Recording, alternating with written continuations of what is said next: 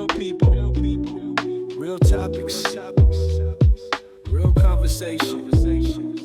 It's gonna be okay.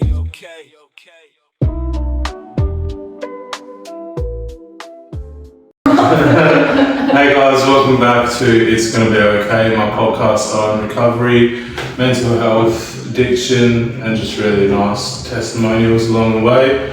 Got a very special guest, honoured to have her on. Just recently starred myself in a documentary of hers called Unfiltered. Given a lot of challenges in life growing up, a lot of expectations were given to her. Amazing gymnast before it became something she had to run away from, and got into mental health advocacy from How to Be Well with Lily. Welcome to Thank It's you. Gonna Be Okay. Thanks for having me. No, it's okay. So we do like a bit of a rewind to start up. We'll talk about the gymnast stuff and whatnot. So I saw your story about that the other day. Yeah. But we'll go for the rewind, we'll go back to the very start. Like, where did you grow up and what was it like growing up before you got into gymnastics and things like that? Okay. Well, basically, my childhood was gymnastics. Yeah. So I'm from Perth. Always been in Perth, south of the river. Born and raised. Yeah, kind of lived in the same area since I was born. But I suppose I started gymnastics or in the elite program when I was 8, so year 3. Before that, I was still doing it, but a little bit more casually for fun. And then was kind of picked up in the system, when I was 8, and saw potential in me and my abilities and how easily I could pick up new skills and I could apply them. And so started intense training when I was in year 3. I remember leaving and getting picked up early from school early and coming late every day from that age. So essentially that was my whole childhood. Just a whole life, right? Yeah. And when did it start becoming challenging? Because I know it's taken a toll on your mental health and things like that. Yeah.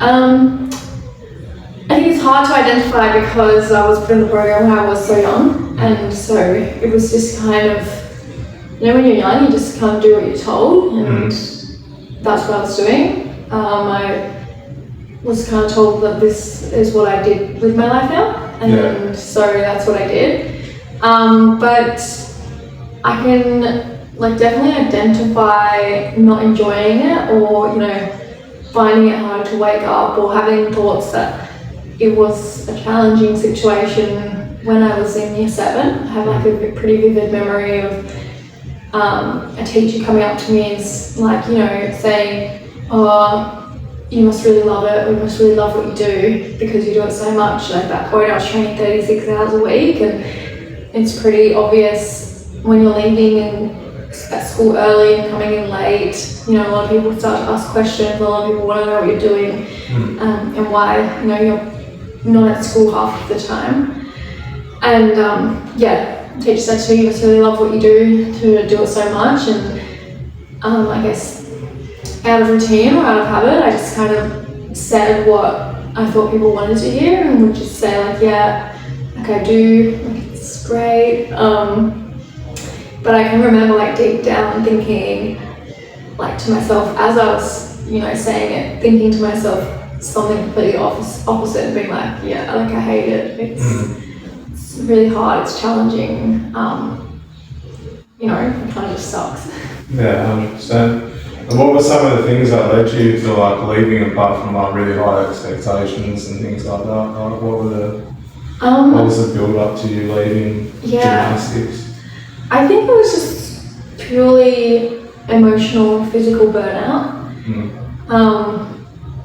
So I was in the elite program for 8 years, so up until I was almost 17.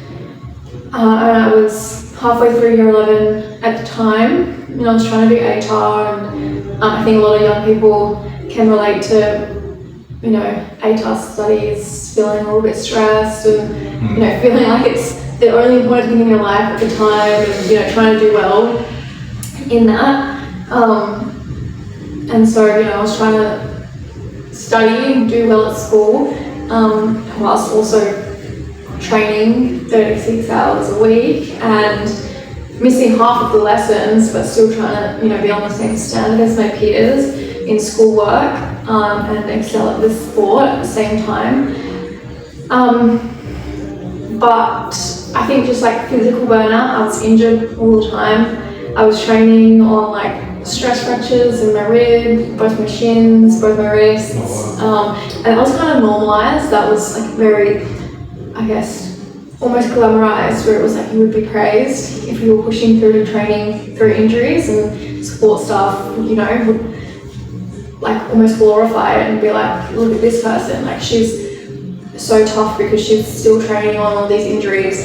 And then it became quite normal to completely neglect our physical health, I guess. And yeah, it was glorified on injury, glorified to come into training when you were sick. And you know, at times I used to pretend, or I used to over-exaggerate my symptoms when I was sick, because I didn't want them thinking that I was being slack or weak and having a day of training and not being like that sick. You know, so I'd try to like do really big coughs or whatever, or like show them that I was showing up when I was, you know, not 100% and I was dedicated to the sport and putting in my best. And then we were just very much, you know, praised for, you know, having no emotion. We were taught to suppress our feelings, our emotions, taught to, you know, work things out on our own. Taught that, you know, neglect was normal, and, you know, if you aren't performing, it's normal to, you know, be pushed to the side and to be forgotten about, and they only show attention to, you know, those that are performing well. You know, it was very obvious favoritism depending on how well you were performing in the gym. And then also it was very normalized in the sense of, you know, being punished for failure or being shamed for making mistakes. And it was a very perfectionistic sport, obviously. You know, you are marked or you are critiqued on like how perfect you perform the skills and the routines. And so that mindset kind of grew as I got older, and you know, it was really ingrained into my brain that everything you did had to be perfect, and you need to be perfect in presenting yourself in a perfect way all the time. You need to be poised, you need to suck your tummy in, you need to, you know, present yourself because that's what people are perceiving. And we were taught that, you know, even when we are competing our routines, the judges are still watching you, the judges are still looking at how you present yourself in the arena when, you know, you're not actually on the show. And so yeah, a lot of fear, a lot of high expectation carried on through childhood and then to adolescence and my teens. And I think it was just, yeah, pure emotional and physical burnout where I just couldn't handle it anymore. Got to a point where I was crying every morning at the thought of waking up. My sister can still recall, you know, hearing me cry every morning in my room when Mum would come and wake me up at 5:30. To get up and go to training, but it was like a quick cry and then it was like snap out of it. You've got to show up and you've got to be there to perform, because otherwise you're going to get punished. And yeah, so I think it got to a point where I almost felt like I was pushed out of it as well. I was just constantly injured. I'd undergone multiple surgeries in the same year, and obviously when you aren't training, you know, you are neglected, you're still expected to show up. But there's no attention given to you when you are there, and I was not progressing, I guess, as they would have liked to see, because I was injured and I couldn't, you know, put much time into training and skill development and maintenance of skills, I guess. And you know, in gymnastics you do tend to lose a lot of skills quite quickly if you aren't maintaining that strength or flexibility, or if you aren't constantly trying to push for more and more. And so I wasn't progressing very well, and I guess the trajectory of like the career from their perspective was at the bottom, and they basically thought that I wasn't good enough anymore and wasn't worth putting time into. So it was kind of, the idea of leaving the program was like kind of slid into my mind, where I was being questioned in the gym, you know, is this the right choice for you anymore? Should you be here? You know, do you think that this is for you still? And then I guess it just kind of got to a breaking point where I was like, I can't do this anymore. Like, this is just too much.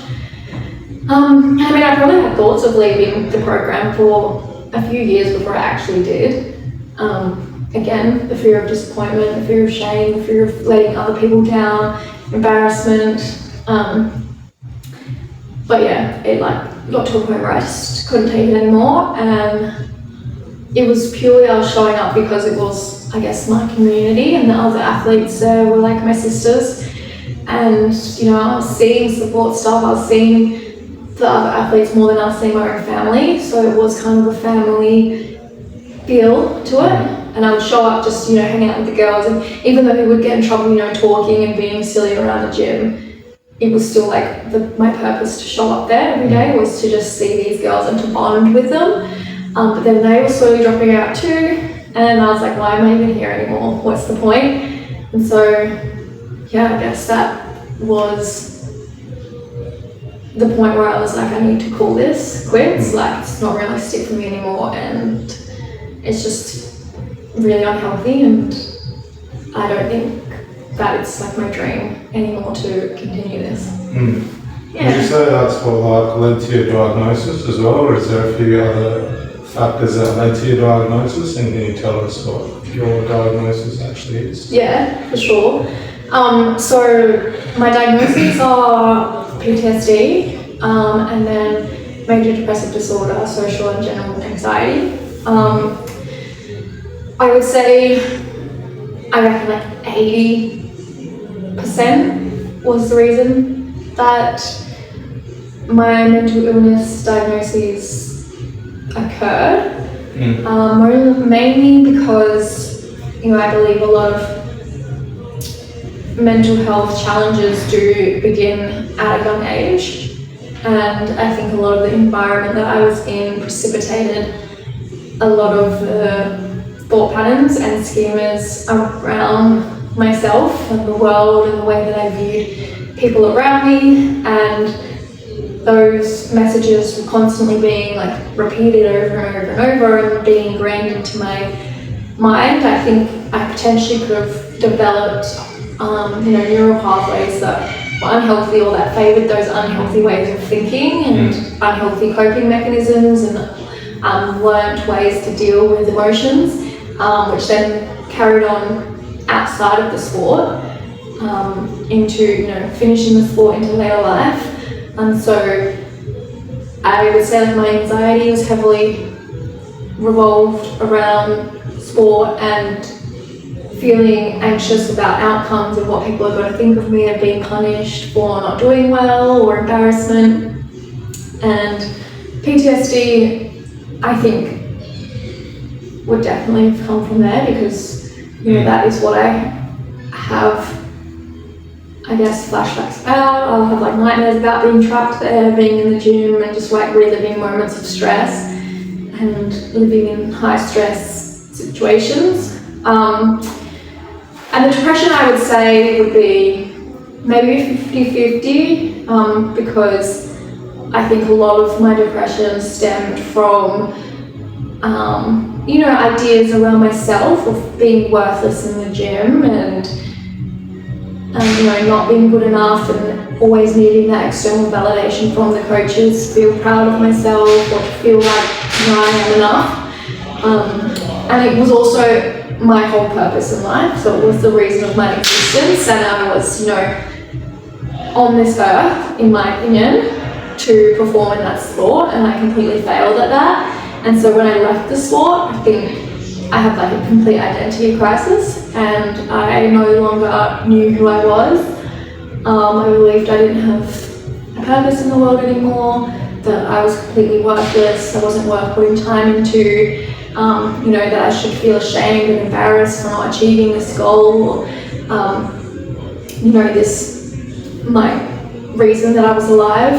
And yeah, essentially I just didn't know who I was anymore. I didn't know how to express emotion, and I didn't know how to deal with it.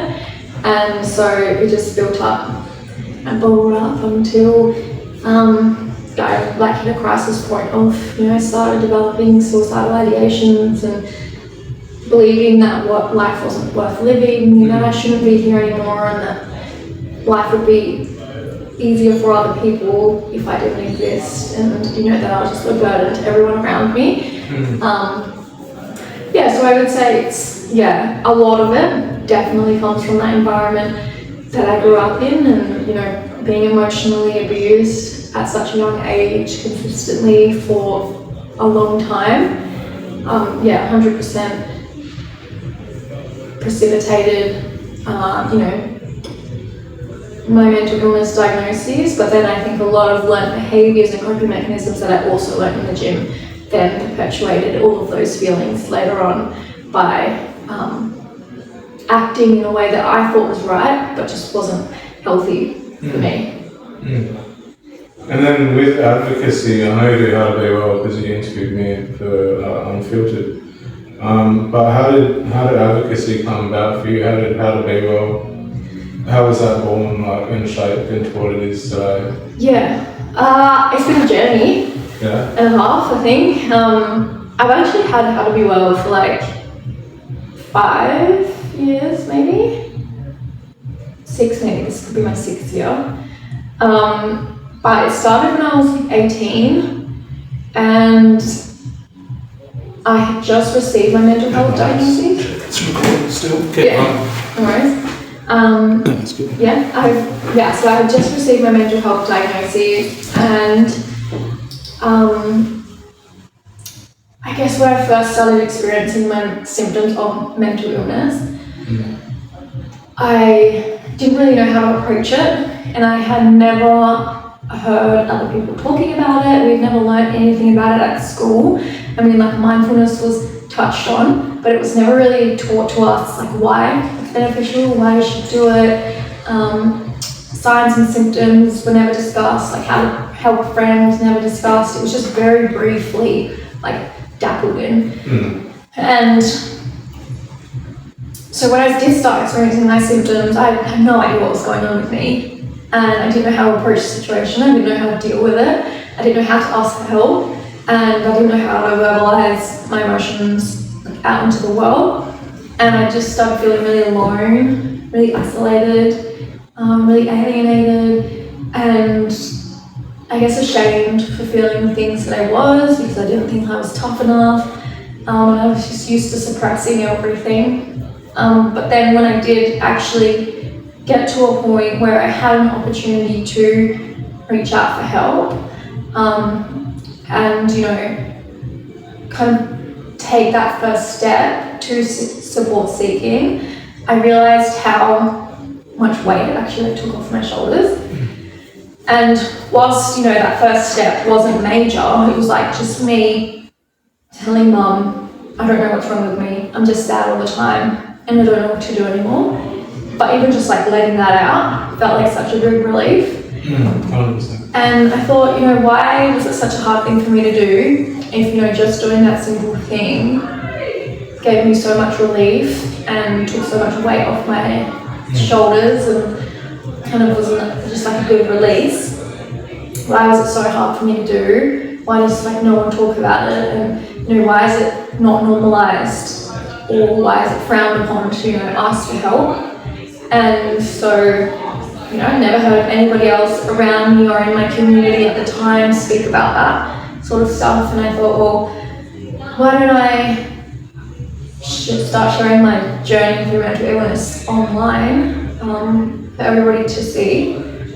So I created an Instagram page, which actually took me such a long time to publish. But I had the idea for a while, and then I was I'd go to post and I'd be no.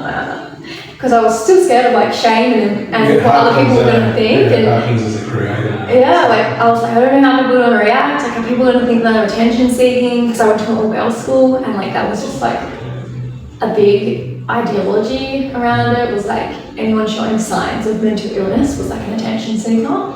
And so I had that fear as well, being oh my god, people are going to judge me. But it was actually somebody else in my life at the time that pressed the post button. I had it sitting there, and I was I was about to back out again, and they were just like, oh my god, for God's sake, just post it. And then they clicked it, and I like threw my phone across the room. I was like, I don't want to look at it ever again. But that was the creation of it.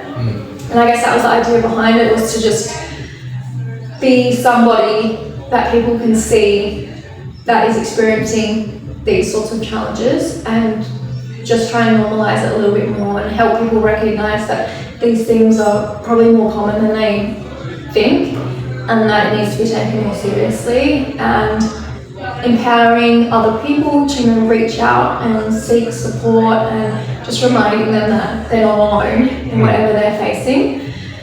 And then it's kind of, that was the roots of it, and then it's kind of just, slowly growing into a little bean, and then hopefully starting to sprout soon.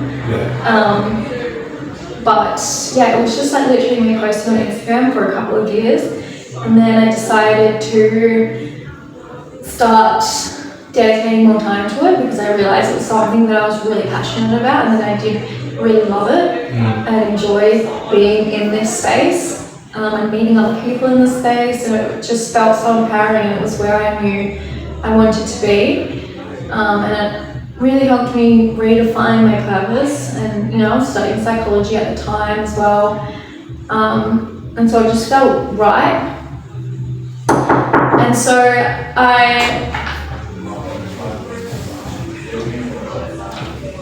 I started seeing or offering these workshops or presentations in the community. I think I had someone or an organisation reach out to me and say, like, do you want to be a guest speaker at this event? And I was like, oh my god, I hate public speaking, but I guess I'll try and step out of my comfort zone.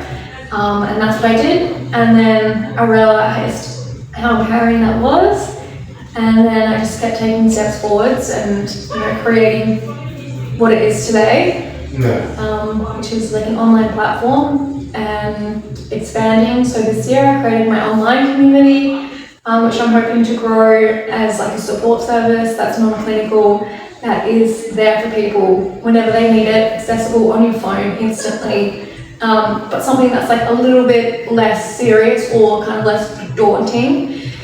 Because I know, seeking clinical support can feel like a little bit scary, or can feel like a really big step for some people to take. And so to just be like a peer support space that when you feel like you need it, it's there for you wherever you're at, and it's there to meet you there, and it's got so many spaces for whatever challenge someone might be facing, which I think it's a really cool thing to do, and hopefully breaks a few barriers for that support seeking, or makes seeking support a little bit less intimidating or scary for some people. Yeah, we'll see. Yeah, awesome. I'll chuck a link in the description as well, but Unfiltered, let's talk about that. How did Unfiltered with Rachel come about? Yes. We just saw the premiere today. Which is Sunday, but yeah, this drops. Yeah. So how did Unfiltered come about? So it was myself, I really only know Lana, that's the only name on it, because I know Lana from elsewhere. But Yeah, you, Lana, Ali, Zoe, Nat, and Eva. You, Lana, Zoe, yeah, that was good. Yeah. Eva, Nat, Ali. Yeah. That's not good.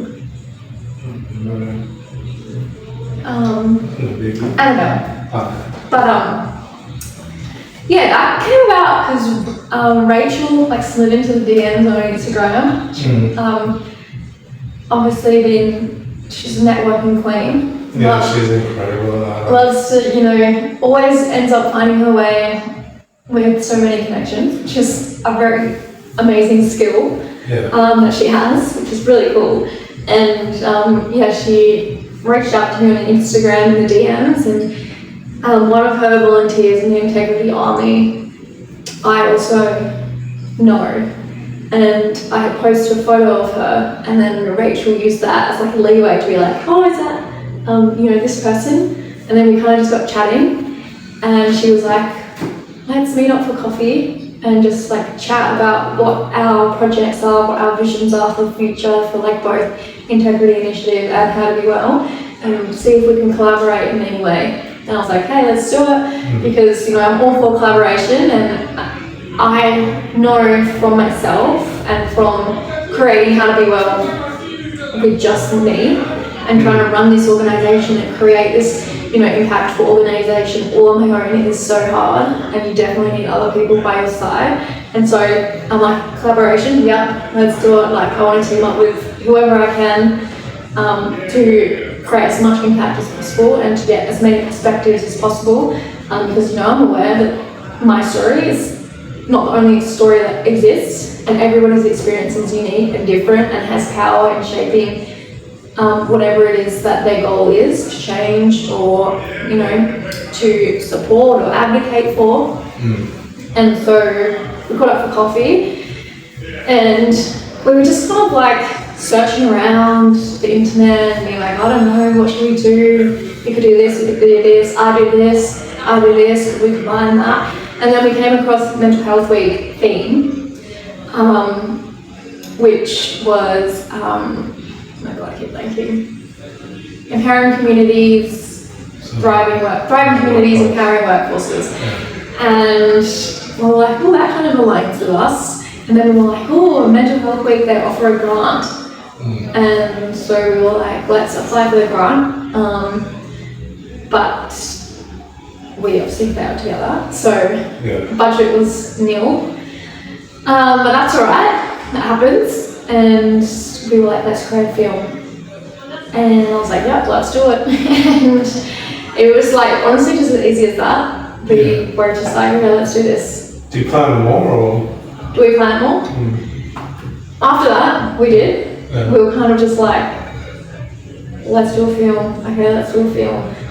What are we going to do with the film? Yeah, I meant like you plan on doing more. Oh, we're planning on doing more. I think so. We're planning to do like more screenings of Unfiltered now.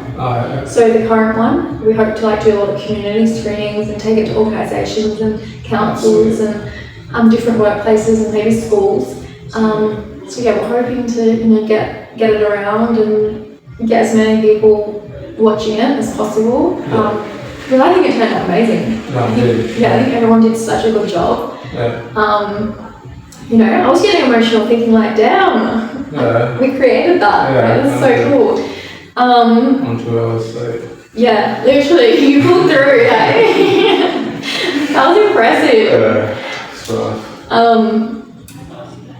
But yeah, I think we're just going to see how community screenings go, and then hopefully we can get a bit of funding in the future, get a bit of traction on, you know, Unfiltered, the current one, and yeah, see if we can make part 2 or another one from a different perspective, or yeah, just see where things go. But definitely looking to collaborate with Rachel in other projects in the future. Like, I wouldn't turn it down.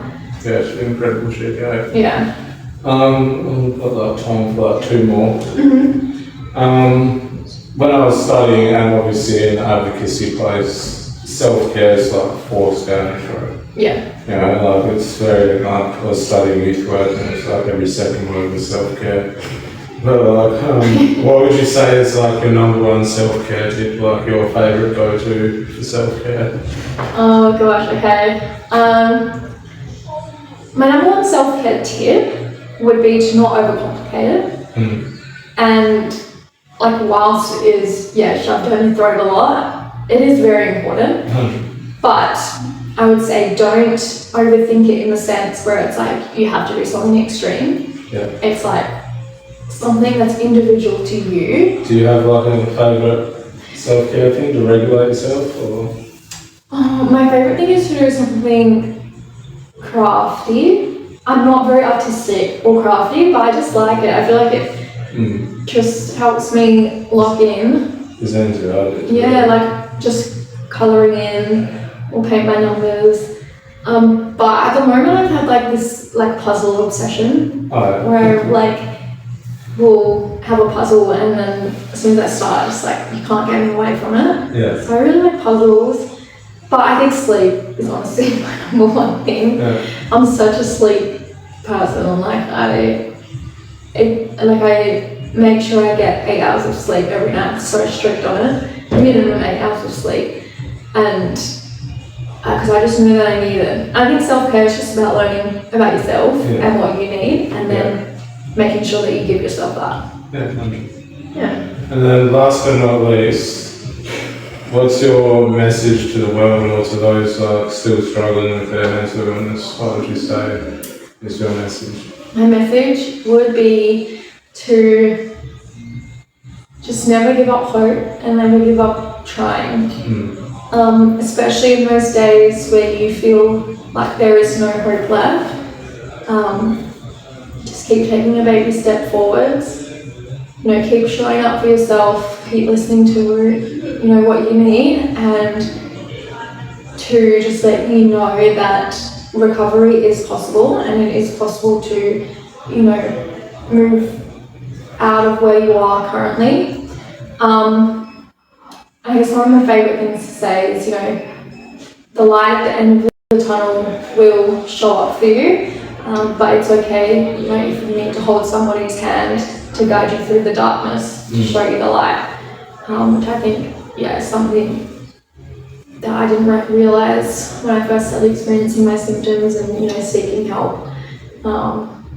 But, you know, having someone by your side was really what saved me, I think, and just let me be your living proof that recovery is possible, and you know, it will be okay, and it's impossible, and that it is possible to, you know, see the light again and for your spark to come back. 100%. And then just a quick socials plug and we'll cover that. Social plugs is how to be well. Yeah, I'll put it in the On everything. description as well. Real topics, real conversation. It's gonna be okay.